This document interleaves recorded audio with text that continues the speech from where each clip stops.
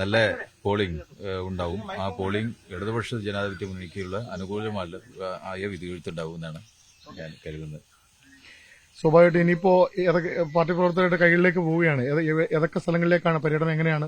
മണ്ഡലത്തിലെ പരമാവധി ബൂത്തുകളിൽ ഓടിയെത്തി ഒന്ന് പ്രവർത്തകരെയും കാണണം, പിന്നെ പോളിംഗ് സ്റ്റേഷനിൽ ഒന്ന് കയറി നോക്കണമെന്നുണ്ട്. അത് കൂടുതൽ ബൂത്തുകൾ ഉള്ളതുകൊണ്ട് എത്താൻ പറ്റുന്ന സ്ഥലങ്ങളിൽ പരമാവധി എത്തി ഒന്ന് കാണുക എന്ന് മാത്രമാണ് ഉദ്ദേശിക്കുന്നത്. 2006 തുടർച്ചയ്ക്കാണ് വോട്ട് ചോദിച്ചത് അല്ലേ? അത്രേ ഉള്ളൂ. ഇവിടെ വികസനത്തിന്റെ തുടർച്ചയ്ക്കുള്ള വോട്ടാണ് ചോദിച്ചത്. പ്രതിപക്ഷം ഇപ്പൊ വരുന്നൊരു വാർത്ത ഇ പി ജയരാജന്റെ ആത്മഹത്യയിലെ ചില വിശദാംശങ്ങളാണ്. രണ്ടാം പിണറായി സർക്കാർ പ്രതീക്ഷയ്ക്ക് തോന്നുന്നില്ല, പരാജയമായിരുന്ന തരത്തിൽ ഒരുപാട് വിവാദ പരാമർശങ്ങളും നിലവിലെ ഉപതെരഞ്ഞെടുപ്പ് സ്ഥാനാർത്ഥികൾക്കെതിരായ പരാമർശങ്ങളൊക്കെ ഉണ്ട്. അതൊക്കെ ഇല്ല, ഞാൻ കണ്ടിട്ടില്ല. അതൊക്കെ അങ്ങനെ ഉണ്ടെങ്കിൽ അതൊക്കെ ഇടതുപക്ഷ ജനാധിപത്യ മുന്നണിയുടെ നേതാക്കന്മാർ മറുപടി പറയും, മുഖ്യമന്ത്രി മറുപടി പറഞ്ഞോളൂ. ഞാനത് കാലത്ത് നേരത്തെ നീച്ച് പോളിംഗ് സ്റ്റേഷനിലേക്ക് വരാൻ വേണ്ടിയുള്ള തയ്യാറെടുപ്പായതുകൊണ്ട് വാർത്തകൾ അങ്ങനെ ശ്രദ്ധിച്ചിട്ടില്ല.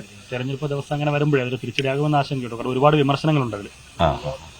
ഏതായാലും അതിനെക്കുറിച്ച് ഞാൻ എന്താണ് മനസ്സിലാവാത്തത് കൊണ്ട് എനിക്കിപ്പോൾ അത് മറുപടി പറയാൻ കഴിയില്ല. ഇപ്പോൾ നടത്തിയ പ്രവർത്തനത്തെ സംബന്ധിച്ച് ജനങ്ങളുടെ മുമ്പിൽ വെച്ച് ഇന്നലെ വരെയുള്ള വോട്ടഭ്യർത്ഥന നടത്തിയിട്ടുണ്ട്, പരസ്യമായിട്ടും നിശബ്ദമായിട്ടും നടത്തിയിട്ടുണ്ട്.